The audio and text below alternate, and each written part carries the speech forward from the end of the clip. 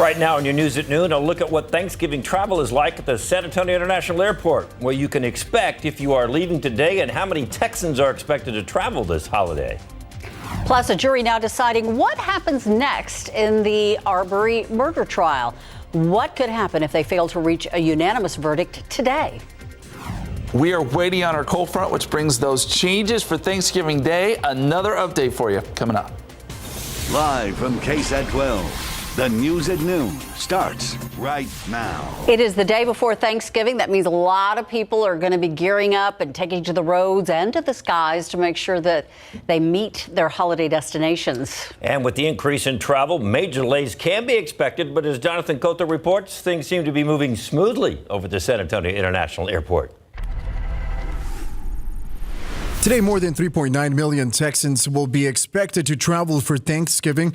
That's according to the AAA, who says that figure is the highest single-year increase since 2005. This traveler says this will be her first time on a plane and anticipated chaos at the airport ahead of the holiday. Esperaba yo largas filas y estar mucho tiempo de parada, ¿verdad? Esperar mucho tiempo y no es así. She says she expected to be standing in long lines and waiting for a long time, but that wasn't the case. As U.S. airlines and airports brace for very busy Thanksgiving travel here at San Antonio International Airport, travelers are happy to learn that all departing flights are on time. It feels great. I'm glad I came here earlier just to make sure I had a spot and a reassurance, but I'm glad that it's on time and I don't have to worry about not making a home this year. Jonathan Cotto, KSAT 12 News. Happening today, a San Antonio nonprofit will be preparing and delivering meals for those in need just in time for Thanksgiving. This morning, the Raul Jimenez Thanksgiving dinner began delivering its hot Thanksgiving meals to those who made their meal requests. Volunteers from the Spurs staff, Walmart, and other community groups are also helping to finish preparing those meals. This is something the organization does every year. If you would like to make a donation, just go to rauljimenezdinner.com. And if you plan to go on a Thanksgiving road trip, your tank is going to gobble up a few more bucks. In San Antonio, AAA says you're paying an average of $2.84 a gallon. That's down a bit, which is partly in anticipation of President Biden's announcement he's tapping into oil reserves. One analyst we spoke with says we will continue to see prices inch down in the weeks ahead, but for now, gas prices are at an 8-year high. While many will be toasting the holidays this week, it's also a time that the roadways become more dangerous and deadly. Thanksgiving Eve, considered one of the busiest nights for bars, and it's notoriously referred to as Blackout Wednesday. Your traffic authority, Stephen Cavazos, spoke with one organization that's urging drivers to make the right choices. 'Tis the season to be thankful and celebrate with family and friends. But if your festivities include raising a glass, make sure to plan ahead. Organizations like Mothers Against Drunk Driving say if you don't, it could lead to bad decisions on the road. It has been the most deadly span of days for DWI crashes. Natalie Paulus is a victim service manager with Mothers Against Drunk Driving. She is talking about the night before Thanksgiving, infamously known as Blackout Wednesday.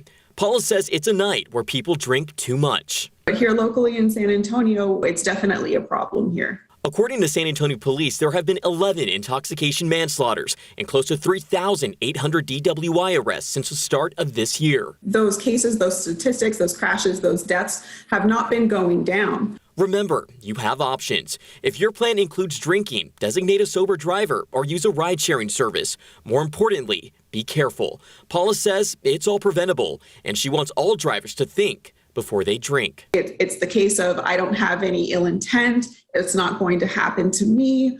And then unfortunately it does.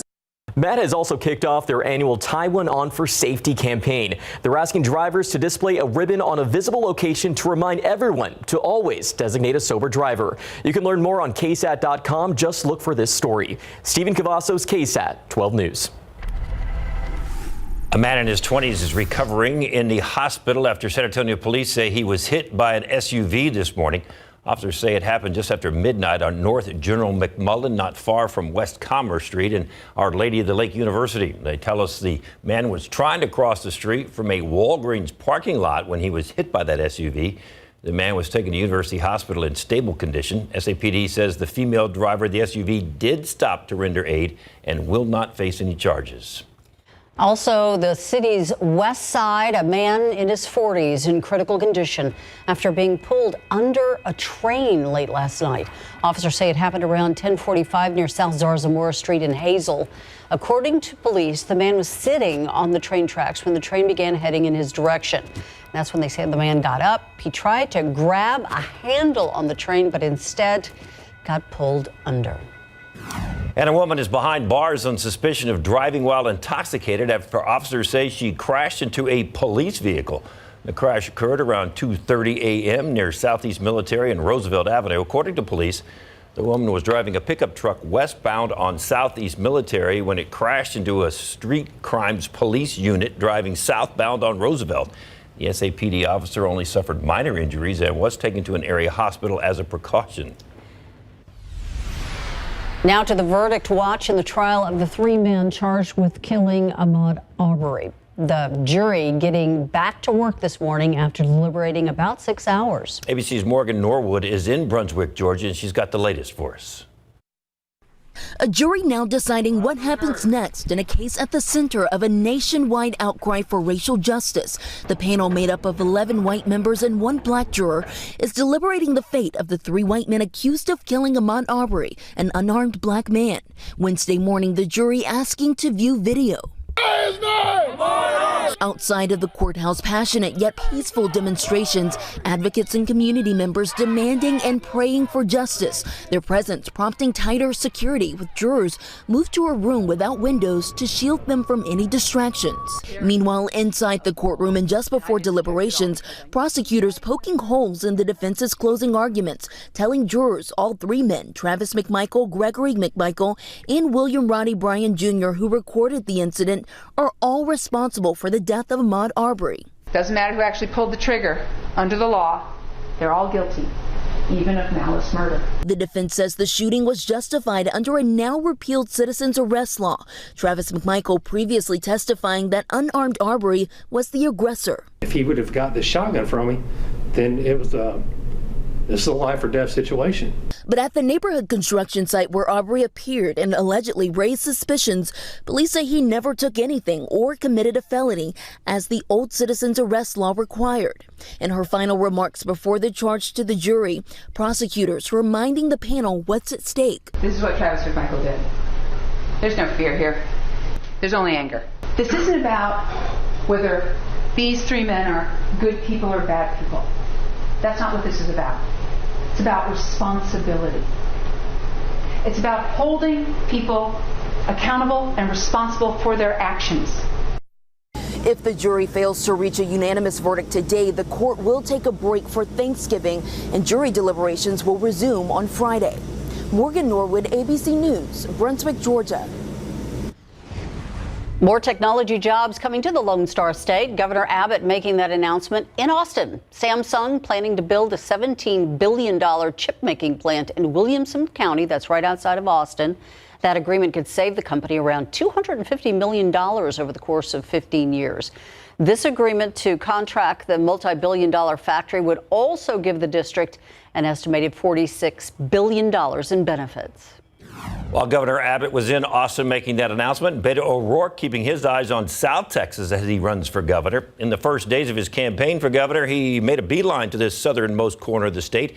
He says it was no mistake that he decided to start his run in a part of Texas where Democrats have their work cut out for him after the 2020 election. O'Rourke, who is facing an uphill battle in the governor's race, has ground to make up after his own less than stellar performance with voters there in 2018 when he ran for U.S. Senate.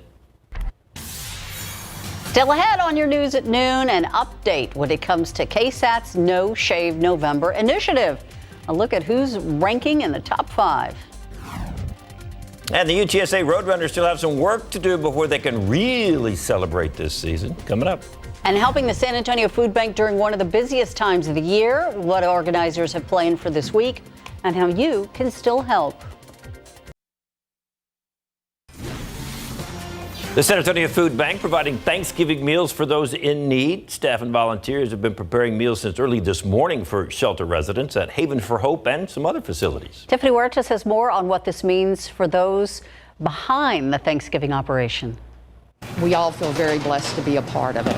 Very blessed. Haven for Hope's kitchen has been busy. San Antonio Food Bank staff and volunteers are making Thanksgiving meals for shelter residents. 280 turkeys were cooked from this kitchen thanks to USAA. They really wanted to make sure anyone in a shelter gets a Thanksgiving meal. Shelter residents here at Haven for Hope will eat this Thanksgiving turkey, mashed potatoes, gravy, and other side dishes, all made with a lot of love. When you think of Thanksgiving, it's more than just the meal, it's the memories, and we want people to have a happy Thanksgiving. Cooper says it's not too late to volunteer. If you've got some time through the holiday season and want to get your family involved, your kids, just go to our website, register. You can work in any of the kitchens, the warehouse, our farm, garden, or help us at a distribution. This food will help feed about 1,500 Haven for Hope residents, and meals will also go to other shelters. Just seeing their faces, it makes it all worth it. Tiffany Huertas, KSAT 12 News.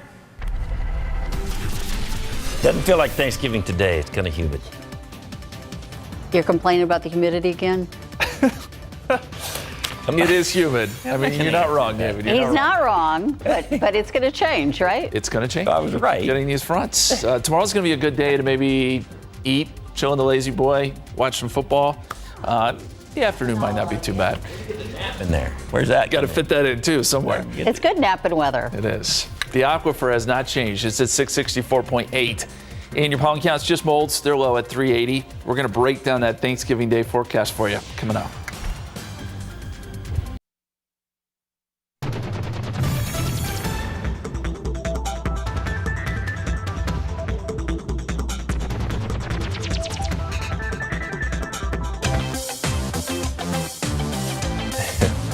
You have probably noticed by now that several men here at KSAT growing out their beards. It's not because it's been chilly outside, no way, but it's for cancer. How come your beard doesn't look like that guy's beard? Because it's not been going long enough, probably. It's pretty cool looking graphic there. The month of November dedicated to raising money for research and treatment and prevention. And this year a little bit different because our KSAT team includes people off camera too. We set a goal of $10,000 and we're happy to share with you that yes, we have met that goal. KSAT currently ranking second place in the entire country. Here's a look at our top 5 right here. Mike Osterhage, Stephen Cavazos, Mark Austin. Ooh, look at there. Hey, when did that happen? When did that happen? Overnight somehow. Uh-oh, Justin, you got some work to do. Justin's right there. So. Whoa. Well, yesterday Justin was in 3rd place and David was in 4th place. Yeah. You know, the bottom line is it doesn't really matter where we finish. It matters how much money we raise for research as a group. So we appreciate everybody donating and help us. This has actually been a fun one this year. So many people are participating around the station. And I got to say, everybody's beard game has really been on point. We've been working hard on it. But those numbers, just incredible, guys. Loving that. What are we? We're at 11,000 now, right? Is that what the total is? Right. I believe that's correct. Yeah. So many thanks to all those folks that have donated. We truly appreciate it, and hopefully this money goes a long way to fighting cancer. That'd be awesome. So thank you again. And we got to jump into this Thanksgiving Day forecast. Boy, it looks a little messy in the sense that we're going to get some showers and storms early, and then windy and cooler in the afternoon. Here's the setup across the country. You notice that it's cooler up there around Casper and Denver. This is cold air, but not bitterly cold air that's plunging in behind this front. We're going to feel some of it tomorrow, but it's not going to be just a huge dramatic cool down. Out ahead of the front, we've got 60s and 70s. It's humid. The cloud cover and humidity this morning kept temperatures up. So we got off to a warm start.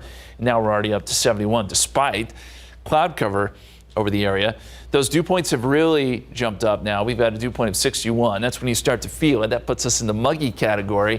And this moisture is quickly spreading north across parts of North Texas now. Dew points locally have made it into the 60s in many spots. And For that, with that in mind, you can see the cloud cover. That's because of that more humid air working its way in. 71 degrees at the airport, south-southeasterly winds at about 8 miles per hour. There's a look at some of that low cloud cover that's over us. Now, we could see a few breaks today, certainly possible, and that will really boost temperatures if we do see the sun popping out. So we're going to go with mid-70s here in San Antonio. We're already up to 78 in Kennedy, where the sun has been out for at least a little bit this morning. 80 in Victoria, 78 right now in Cotulla. Forecast calls for a high right around 75 here in San Antonio. Winds will be a little bit breezy, but nothing compared to what we're going to see tomorrow. We could see some gusts up to 35 tomorrow afternoon. 20% chance of rain at 6 o'clock. We're going to start to see some showers developing, and by tonight, a 60% chance of showers and maybe a storm. We're not looking for any severe weather or anything like that, but there could be some pockets of heavier rain, so keep that in mind too. And then as we get into tomorrow, our front begins to move in. This is around 1 a.m. tomorrow morning, by the way. Notice we do have some showers and maybe a storm developing. And then by the time we get into 7 a.m., front's moving into the hill country. We've got a broken line of showers and storms that works its way towards San Antonio by 9 a.m. And by midday, the rain is moving south and away from San Antonio. A lot of the showers and storms will be to our south. I think it stays that way throughout the remainder of the day. This does show a few showers hanging on south of San Antonio. Otherwise, it'll be mostly cloudy and windy. Here's a timeline for you. So first half of the day, 60% chance of rain. Front comes through around 9 a.m. 58 degrees at noontime, so temperatures actually fall off. It's windy. And then by the afternoon, maybe some breaks in the clouds. Temperatures could rebound a little bit, close to 60, but still a coolish type day. And we mentioned those winds. Some gusts up to 35. This will be all day long tomorrow, so those northerly winds will be fairly stout. And as far as rainfall goes, we're not looking for a whole lot here. I think the higher totals will be closer to the coast here around San Antonio, maybe a 1/10 of an inch to a 1/4 of an inch. And there could be some pockets with higher totals depending on where some of those thunderstorms set up. Tomorrow, again, the temperatures falling off, maybe making it back up close to 60 during the afternoon. 60 on Friday, 57 Saturday with a 40% chance of showers.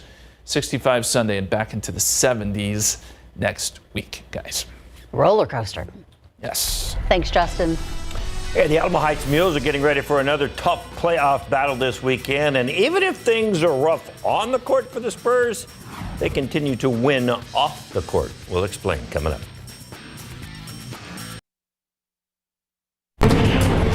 There is a lot of excitement on campus. The UTSA Roadrunners have clinched their first ever Conference USA West Division title, and they will host the Conference USA Championship game. But before they can really celebrate, there is more regular season work to be done. This weekend, they take on North Texas in Denton Saturday afternoon, a win, and they finished the regular season undefeated at 12-0. But the Mean Green have a chance to ruin their perfect season, and they may be 5-6 overall, but they have won their last 4 games and would like nothing better than to hand UTSA their only loss of the season so far. We're going to get their best, like we get every team. They're going to lay it out on the line for us, and we're going to go in there and do the same. So it's going to be a great test for us, and we're just excited and ready for the game. We're going to get their best shot, and as we have all season with every team, and wouldn't want it any other way. They're a great ball team, and we're expecting a great game. All right, kickoff Saturday, Denton, set for 1 o'clock. And congratulations to the Alamo Heights Mules so far. Head coach Ron Ritterman has his team rolling. They made it through the regular season undefeated at 10-0, have now improved to 12-0 overall with back-to-back postseason victories. Now the Mules must get past 9-3 Marble Falls. They took 2 overtimes to get past Brennan 27-21 in week 1 of the postseason. It's kind of a pivotal point for us. We wanted to make sure that we could get past this point and keep going, So we had great momentum in the game last week. Everybody was doing good. Everybody played well. And so hopefully we can keep that momentum going. It's really exciting. We haven't done this in a while. Last year we got stopped in the second round and we were pretty sad and toughed it up. So this year we changed up a few things and made it past the third round. The game's going to be played in Dripping Springs Friday night, set for 7 o'clock. KSAT 12 Sports will, of course, be there. And so far, it has been a struggle for the San Antonio Spurs on the court this season. But win or lose there's always a constant for the team year in and year out, what they do off the court. They are making sure this Thanksgiving is a little brighter for families on our city's west side. Spurs players Keldon Johnson, DeJounte Murray, Zach Collins, Brent Forbes, Devin Vassell, and Derek White, all joined by the Coyote and other volunteers at the Frank Garrett Center. They help distribute Thanksgiving meals to 200 families and senior citizens, thanks to the San Antonio Food Bank with the turkeys provided by HEB, part of the Spurs Season of Giving. It was almost one person who almost got emotional over it, and that just shows the impact that we have on the community. It's huge being able to give back, and you can't really put it into words, when you're able to change somebody's life like that or have an impact on somebody's life like that. It just makes you want to do more. This is a no-brainer for me. I'm happy, I'm thankful and grateful to be able to come out and give some of my time to, these people. That's why we love them, because they get out and do that. The team's going to try to get things back on track on the court tonight. They host the Atlanta Hawks. Tip-off for that one is at 7:30 at the AT&T Center. Get back on track is right.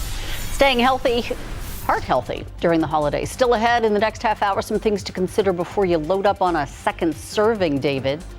Yeah, there will be one. And we're following the latest when it comes to that holiday parade and tragedy in Wisconsin. The new charges the suspect could now face. Coming up. We begin this half hour with Bulgarian officials trying to determine the cause of the deadliest bus crash accident in the country's history. At least 45 people, including 12 children, were killed early yesterday morning after the bus hit a highway barrier and then it caught fire. Only 7 people were able to get out. They were sitting in the back of the bus and they were able to smash some windows to escape. Authorities say it'll be difficult to identify the victims or even be certain how many died. They were mostly tourists from North Macedonia returning home after visiting Turkey. And prosecutors say an 8-year-old boy is now 6th person who has died in the tragedy in Wisconsin. The suspect, Darrell Brooks, appeared in court Tuesday on 5 counts of intentional homicide. Authorities say they anticipate adding more charges as new details emerge in the case. ABC's Faith Abube has details. The Waukesha parade tragedy suspect, Darrell Brooks, appearing in court in a white mask and bulletproof vest. As prosecutors argue, he should be held behind bars. There are not words to describe the risk that this defendant presents to our community. The district attorney telling the court Brooks' list of victims has grown since he allegedly drove his SUV through this Christmas parade on Sunday. I wish to notify the court sadly that today we learned of another death of a child. A family GoFundMe page identifying 8-year-old Jackson Sparks as the 6th deceased victim, saying he suffered brain injuries. His 12-year-old brother, Tucker, is still in the hospital recovering, quote, by the grace of God. Sharon Millard also lost 3 friends who were marching with her during the parade as part of the Dancing Grannies group. It was a total shock. I think when it first happened, it was like disbelief. More than 60 other people were also injured in the tragedy. Detectives not only tried to stop this, but rendered an opinion that this was an intentional act. And I've not seen anything like this in my very long career. Shortly after the incident, new video from a doorbell camera showing Brooks knocking on a stranger's door. I called an Uber and I'm supposed to be waiting for it over here, but I don't know when it's coming. Can you call it for me, please? Moments later, officers closing in and putting Brooks in handcuffs. Hands up! Put your hands where I can see them! Whoa, whoa, whoa! Johnson now called the jury back into the courtroom. Let's go ahead and listen in.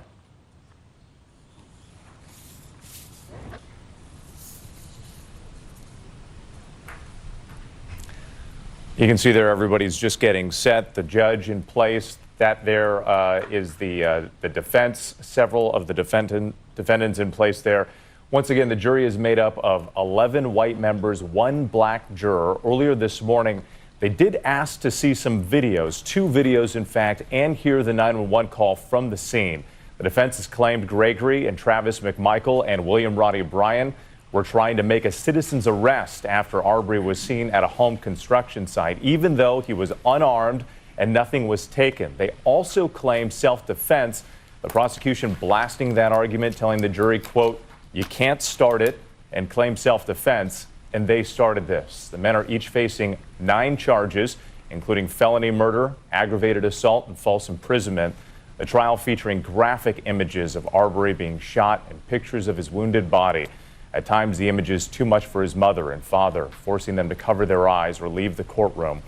Once again, we are listening right now. Judge Timothy Walmsley has called everybody into the courtroom here, and we're standing by. Let's see if we can bring in Steve Osunsami, our senior national correspondent, who's been following this story from the very beginning. Steve, as we're waiting for the judge to address the courtroom there, this morning we did see those requests from the jurors to look at 2 video clips and the 911 call. This was the first request that we had heard from the jury. Talk about the significance of that. Well, you know, there were a lot of people looking at the tea leaves here about what that possibly meant. I can tell you with the 911 call that the person who was on that call was Gregory McMichael, the father, and he was calling police. You hear him in the background yelling at Ahmaud Arbery to stop. In that call, if you're really trying to look into it to discern what the jury might be thinking, it's clear that they were focusing on that call on the actions of the father and how he was responding to Ahmaud Arbery. The defense has claimed that they just wanted to know what he was up to, what was going on, but the tone in that call told an entirely different story. It was much more hostile than that. And Steve, stand by. We're listening in here. Judge Timothy Walmsley, there we saw the defendant standing. Ladies and gentlemen, and let's welcome listen. back. Madam foreperson, I understand you have reached a verdict as to each defendant. We have. If you could please hand your verdict forms to the sheriff.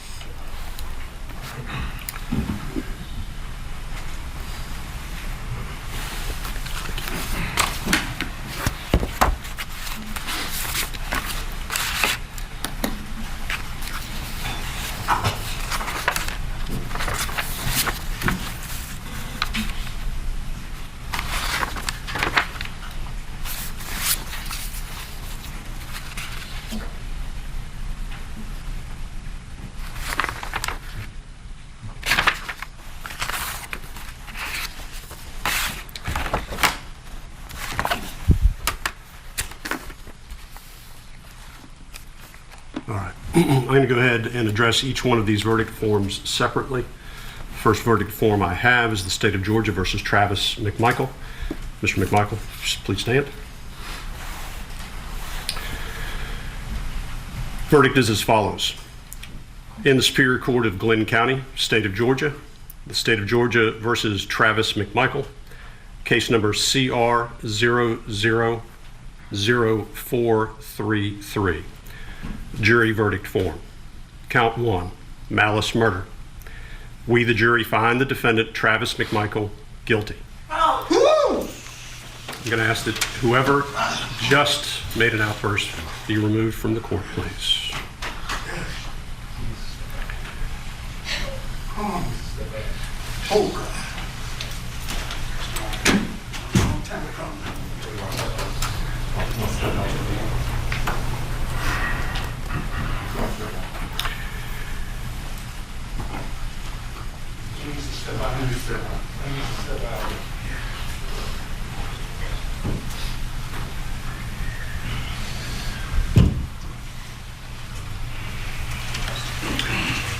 As this court has indicated, I ask that there be no outbursts in the court, and I expect as much from the gallery. Please respect the court's desire for this as we move forward. If you feel like you need to make a comment or otherwise demonstrate with respect to the verdict, I do ask that you step out of the courtroom now.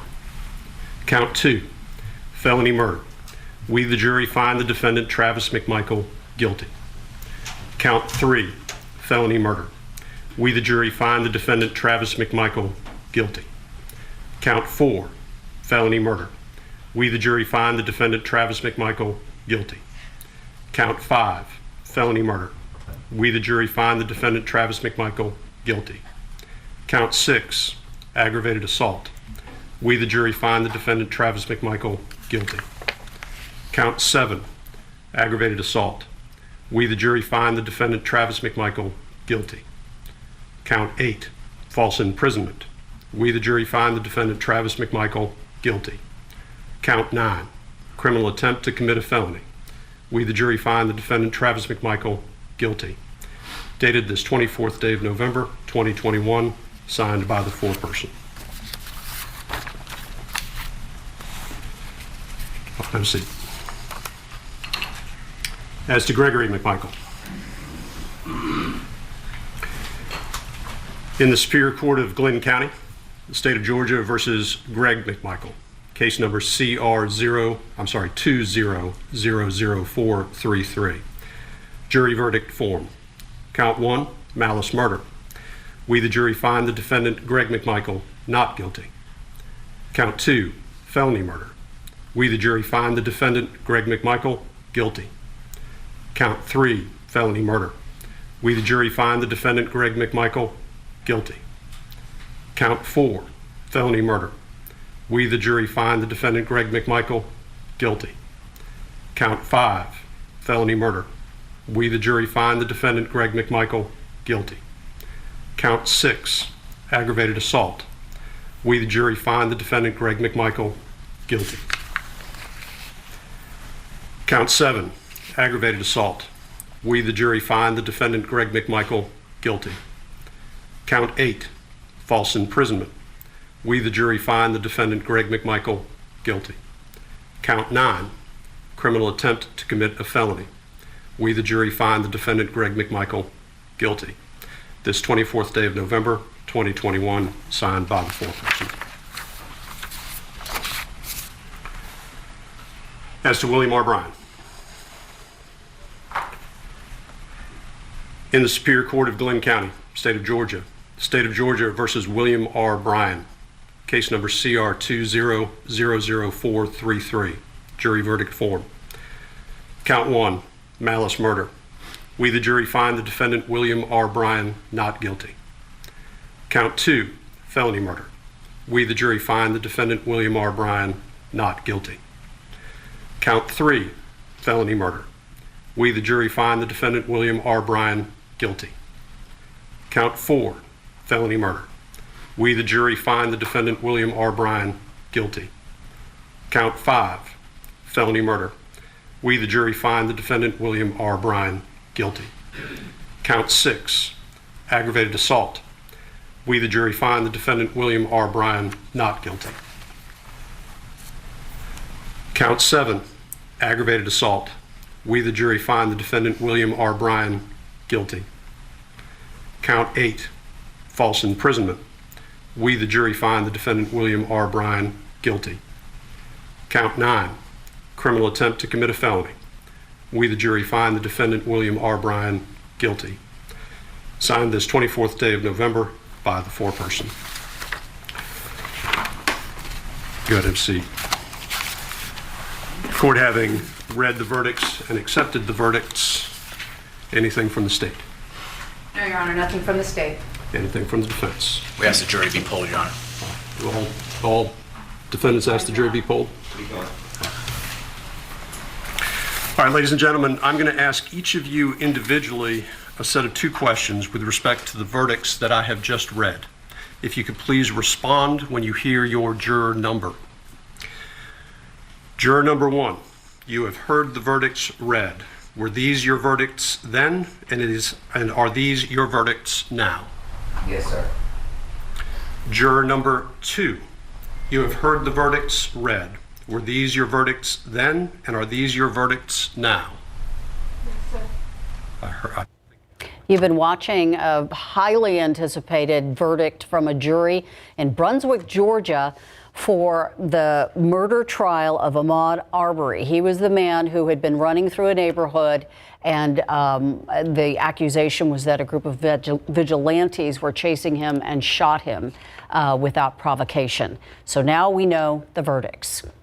Travis McMichael was found guilty on all 9 counts. There was malice murder, there was felony murder, there was 4 counts of felony murder, there was aggravated assault and false imprisonment, and then there was also criminal intent, and he was found guilty on all 9 accounts. And during the first reading of the guilty verdict, you could hear an outburst in the courtroom, and that kind of upset the judge a little bit because he had warned the folks that were in the audience out there watching this verdict be read to maintain their silence, or at least if they were going to have some sort of reaction, to go outside. So he had to take a minute and have the person or persons, it sounded like there was actually more than one person with an outburst, but they were removed from that court. And then things quieted down, and they got to the verdicts on the other two defendants there. Travis McMichael, guilty on all 10 counts. His father, Gregory McMichael, though, kind of a mixed bag, not guilty for malice murder, but guilty on all counts of felony murder, aggravated assault, false imprisonment, as well as attempt to commit felony assault, or commit a felony, rather. And then there was a neighbor involved in this trial as well, who was among that group of three, William Bryan. And he was found not guilty on the two charges regarding malice murder as well as a felony murder, but guilty on the other, not guilty on aggravated assault, guilty on the false imprisonment, rather guilty on the false imprisonment, guilty on one of the counts of aggravated assault, and guilty on the criminal attempt to commit a felony. So kind of a mixed bag here, very complicated charges in this case. What you're looking at now is some of the reaction from the folks that were outside the courtroom when this verdict was read. I don't know if we can hear any of that. Can we let's take a little bit of that and just hear something. I had already planned on writing her a letter just to say thank you, and I will continue to do that for her. I live in Atlanta. Cobb County is right down the road. If I have to drive over there, I will. Can we get your name? My name is Linda Gamble. Linda, L-A-N-D-A, Gamble. G-A-M-B-L-E. You are? You've been out here. You are? I'm Linda Gamble. Friend, family, supporter? I am a good friend of Marcus, of his two brothers and his sister. Okay, obviously you can see that sort of got the tail end of that interview there, but you can also hear behind that lady that there's a lot of folks that are actually cheering, and seem to be a lot of folks seem to be satisfied with the verdict of those three. There was an attempt to liken the Kyle Rittenhouse trial to this one. Kyle Rittenhouse found not guilty. The jury appeared to approve of his claim that it was self-defense. In this case, that self-defense motive here was not accepted by the jury, clearly, by all of these guilty verdicts. Quite a different outcome, and it'll be interesting to see the reaction from the families as well as those who have been waiting outside of the courtroom. We're going to continue to cover this and give you more information throughout the afternoon, as well as on KSAT 12 News at 5 tonight. All right, are we going to go to weather, or are we going to go to break? Let's go to break. We'll be right back with a look at your Thanksgiving Day forecast coming up.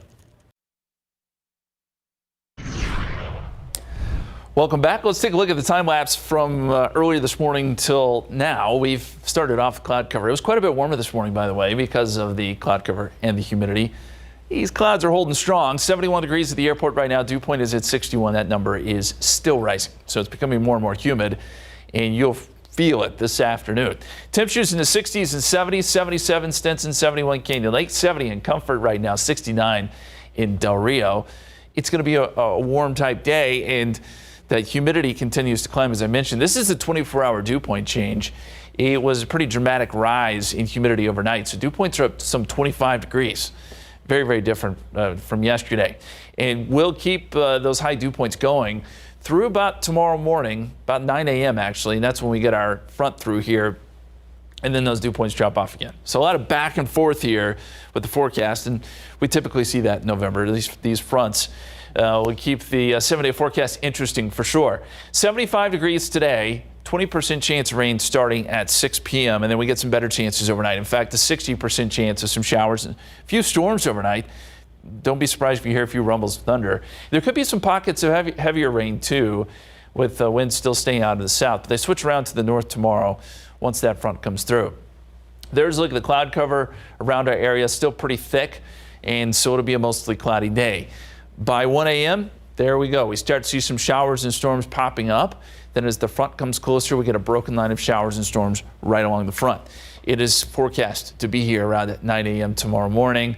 Then you see some of the heavier rain potentially off to the east of San Antonio. And that's where we're going to see probably the highest rainfall totals. By noontime, the rain is pushing south of San Antonio and likely stays to the south the rest of the day. So this is mainly a morning time situation here. Still a few light showers, though, even into the evening to the south of town.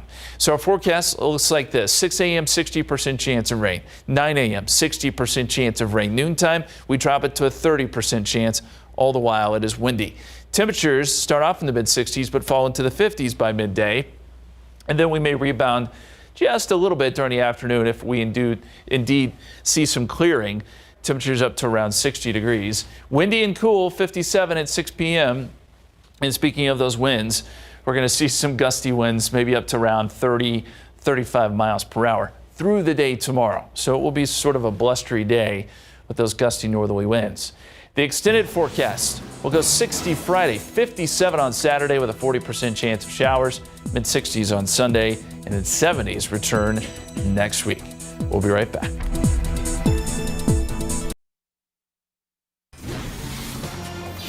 It's time to sing some praises about a device that helps to bring music into our lives, or at least it used to, because today is National Jukebox Day. Miss those. They've been a mainstay at bars and restaurants for decades, but the jukebox has been around for more than a century, making its debut back in 1889 when Louis Glass and William S. Arnold came up with the nickel in the slot phonograph.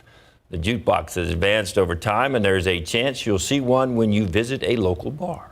They still have them around. So, yeah, remember the iPod took over Walkman. We'll be right back.